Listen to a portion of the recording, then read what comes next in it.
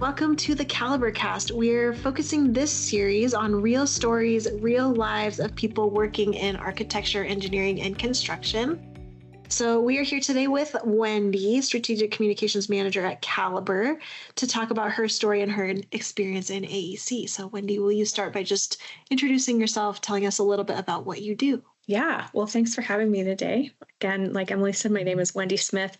I am the Strategic Communications Manager for Calibre Engineering. I've been here just a little over 3 years, but I'm not new to AEC. I've been in and out of the industry since 2007, working for a couple of different firms in the industry, but mainly focusing on engineering. And one of the really exciting things is this year Calibre took home 8 Marketing Excellence Awards from SMPS Colorado, including Best in Show and People's Choice, which was completely humbling and really exciting for our team. And we're also up for national awards from Zweig Group and SMPS National. So I'm really excited to be here and kind of talk about our secret sauce and what our team is doing to really think about engineering a little differently and tell the stories around it. Yeah, so I love this idea of thinking about engineering differently. So one of the things that we have to do as marketers in this industry is learn how to communicate the technical side, the engineering side, to a diverse array of audience members. So tell me a little bit about how you market engineering without boring your audience. Yeah, that's a really good question because I think that it kind of defaults to that in our industry.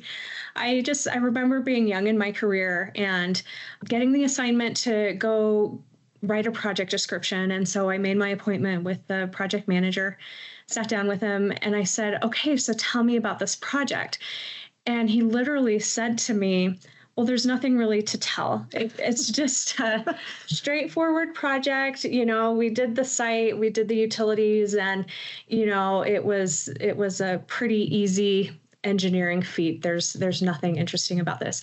And I've noticed this theme throughout my career, and that many engineers sort of have the same mindset, that they don't see themselves as superheroes or that any of their projects are really noteworthy. And what I found is that when you really dig into it and start asking the questions, you start understanding that, oh, this wasn't a straightforward project. There was actually some interesting things going on here. And I think it's really important to have a great conversation and build a relationship with those engineers so that you can just keep probing and asking but why? But why? Oh, why is that? And then you get to the heart of the story. So instead of it being a 24-inch pipe, what did that pipe actually do? Did it help the community in any way? Was the area prone to flooding? There's always a bigger story than just the pipes and the size of the pipes. And looking at how engineering is really transforming communities, and we're making a difference, even though maybe a lot of the work that we do is underground. It's transforming communities and making them safe and livable and bringing people together. And reminding those engineers that they are, in fact, superheroes. That's true. Even if their work is underground. Absolutely. Yeah. So I think, creativity is really at the heart of everything you just said. It's about reframing a question, reframing an idea to draw out what is at the heart of the project. And that is being creative in what you're saying and thinking. So can you talk to me a little bit about your creative process? How do you draw creativity in the AEC industry? Yeah, I think for me, that creativity comes from really understanding who we are as an organization. Simon Sinek wrote a great book ages ago. It's probably more than 20 years old at this point, but he wrote a book called Start With Why. And that book really transformed the way that I see marketing. Instead of just listing it as a bunch of benefits and, the standard marketing things, it really digs into that question, why? And organizations that I have done marketing for, that's the first thing that I do. I really need to understand the ins and outs of the organization and why do these people come to work every day? What's our why, and why do we do what we do? And I think at Calibre, that's really transformed not just our marketing, but our entire company. It's really helped us to discover the essence of who we are. And understanding that has really developed an extraordinary culture. I mean, we've been going up and up in the Zweig Group Best Firms to Work For rankings. In fact, we're number 2 this year, which is pretty exciting. But I think that that all comes down to knowing exactly who we are at heart. And for me, like, the creativity can go anywhere from there, as long as we're being authentic to ourselves and not trying to copy someone else, but being truly authentic to who we are and trying to represent that in different kinds of ways, looking outside of the industry, not just inside the industry. I remember when I was really young in my career, I was over marketing for a full service AEC company. And we had multiple offices. I had one gal call me. I think she was up in Idaho, and she's like, somebody copied us. Exactly. I had spent so much time on this beautiful brochure, and another competitor copied our brochure exactly, from content to the look of it, from the colors. And I was so enraged by that. At the time, I'm just like, they're copying us, like, we've got to stop this. And it really told me that in our industry, there's a lot of marketers who only look to AEC for inspiration. And that is so far inside the box. And we're always touting that, hey, we are design engineers that are innovative, and we're going to find solutions outside of the box. How are you proving that? By copying everyone else in the industry. And so for me, creativity comes not from copying what everyone else is doing, but looking for inspiration outside of that, outside of the industry, and not even copying that, but just being inspired by creative things and then applying it to our culture and our organization and making it all our own. So I love looking outside or just using my own brain to come up with ideas. I also remember, the first time I started recruiting, I'd never really been to a career fair, and I was really intimidated by them. When I was in college, they were always lined up and everyone was super formal, and I was too afraid to stop. And so when I had to do my first career fair, I was like, I just don't want people to be afraid to stop. I want them to feel welcome and to come in and to really understand who we are as an organization. And so I didn't do what everyone else was doing. I didn't get branded pens and koozies and set up and say, hey, these are the reasons why you should come to work for us. I really wanted to show the essence of who we were as a company. I wanted to infuse our culture into it. And that has worked wonders for me. Everywhere I've gone is just doing my own thing, being authentic to the company and not looking to copy anyone else. I love that. What's really interesting too is the way that you come up with ideas and they kind of filter into various aspects of what we do. So when we talk about, for example, the superhero campaign that we did, that started by just talking in a mentor group about superpowers and then kind of proliferated its way through various aspects of what we were doing through our organization. Would you talk a little bit about that? Yeah, I mean, and that's another part of being authentic to who we are. So last year, we celebrated Engineers Week with a superheroes campaign, and we were doing a mentorship group that really was trying to hone in on our people's superpowers. I think that that's a real problem in engineering, is really humble engineers not understanding what their true value is. And we wanted to show them that they're superheroes. So that piece of mentorship, which is a huge part of Calibre's culture, we took that and put it into a marketing campaign. And it was extremely successful. It was exciting. We had just exciting superhero graphics. We put all of our engineers in a cape. We went to their managers and we found out exactly what their superpower was, because a manager usually knows what their people's superpowers are. And it built so much excitement and camaraderie, and I think understanding of how important they truly are in our business. So that's an example of something from our culture mentorship and showing people their value and then putting it out there for a marketing campaign. And it was hugely successful. In fact, it won an award. It's the social media campaign award from SMPS Colorado this year. So and it was cool. It was cool to see people copying us from the industry. I don't know, to me, it's kind of flattering to see that, but just knowing, hey, we came up with a unique idea that people want to mimic. It's cool, but never will you see me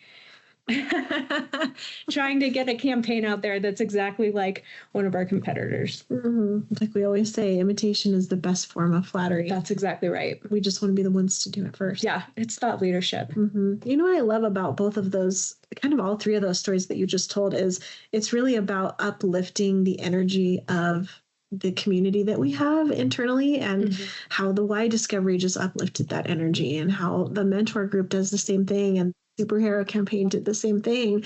It has a wide-reaching impact on the whole company instead of, one proposal or one initiative that we're doing. It really shows how marketing doesn't have to be a silo. It can light a fire for the entire company. And again, it's just that authenticity and making sure that we're authentic in all areas of the company, from marketing to project management to HR and accounting. When we're all on the same team, it's easy to row in the same direction. Yeah, I think that's great. When we talk a little bit about this creativity piece, you hear a lot about AI. It comes up everywhere at this point when we're talking about creativity and how AI is going to impact creativity. How do you use AI on the creative side of your work? Yeah, this is such an interesting question because I keep telling our team, I'm like, this is like magic. It's like magic at my fingertips. But I think the more and more you use it, the more you see it kind of spits out sort of the same things over and over. And my fear is that we start losing our creativity over that we just trust ChatGPT to give us all the answers. And I think that in some cases that may work for some people, but what I found is that it's really a starting off point to spark creativity. So I think the most creative our team has been is when we've got everyone together in a room and we're just brainstorming ideas together. And there's so much synergy that goes with that. And the outcome is greater than the sum of the parts. I feel like it's really an exciting thing to do. Sometimes there's not time to do that for every single thing. And ChatGPT is great as a starting point. I keep thinking of ChatGPT as my personal brainstorm companion to just get me started. And what I found is that I almost never want to stop after the first question. I keep asking more and more questions and asking ChatGPT to take it into different directions. And that'll usually spark some sort of idea in my head that I can, start talking with ChatGPT about that, or take some of those ideas to my team, and then we'll come up with something way better. It's just, I love it as a starting off point for creativity, but definitely don't want to use it as the end all be all, because that really feels like eliminating the best part of my job, which is to come up with something different and make Calibre stand out. So I love it as a collaborator, but definitely, don't want to lose that spark of creativity. And you don't have to. I see it as a tool that helps spark that creativity instead of taking control of it all. Yeah. And what a great recommendation. Like if you're working at an AEC firm as a marketing team of one, which we both have been. Absolutely. And many people are, now all of a sudden you have a collaborative group to brainstorm with in an AI space. Yeah. It's so great. I mean, yes. And we do both know what it means to be a marketing department of one, where you're short on time and you don't have many people to brainstorm with, but you still want to make an impact and be different. It's a great tool for that. I think one other thing that is interesting from this brainstorm piece is if we look at all the work that we did for Clarksville, the whole idea of that effort really came from a bunch of brainstorming sessions with our team. Yeah. And then evolved into a much bigger and impactful sort of series of pieces that we put together. Yeah, absolutely. So the Clarksville proposal was, I feel like, a real turning point for our company. We had the opportunity to propose on a project that our Whitewater division manager had been tracking for about 7 years. And it came all of a sudden, needed to be done really quickly. And we knew that we had some pretty stiff competition. So we just came together, both communications and our technical teams. And yeah, we brainstormed, like, what does this look like? What would actually win us this work? And an engineering proposal was not going to win us the work. We really had to appeal to the goal of this project, which was for Clarksville to become a whitewater destination. And through that brainstorming and working together, both technical and communication teams, we came up with this idea to submit an adventure magazine instead of an engineering proposal. And it really empowered us to think differently about what an engineering proposal looked like and how we appeal to the client and show them what the result of the project will be, rather than the size of the pipes we're using or the canal or the stream or, whatever that is. We really wanted to show impact. And I feel like that's where the magic happened, when we weren't looking at this as an engineering proposal, but as an adventure magazine to show the client what's possible. And that was, I think, just a really exciting time for our firm, not just for the people who worked on this proposal, but it really showed our people what is possible when communications, marketing, and our technical people come together. It's magical. It's really amazing what we can do together if we are building trust and coming together to create something extraordinary. What a wonderful way to summarize what we've talked about today. This is where the magic happens, is when we show people what is possible. Yeah. I feel like that is what communications or marketing does. Yeah. We show people what is possible, and that's the magic behind what we do. Yeah, absolutely. And doing it authentically. Yep. For sure. Yeah. Well, thank you for joining us today, for telling us your stories. Thanks for having me.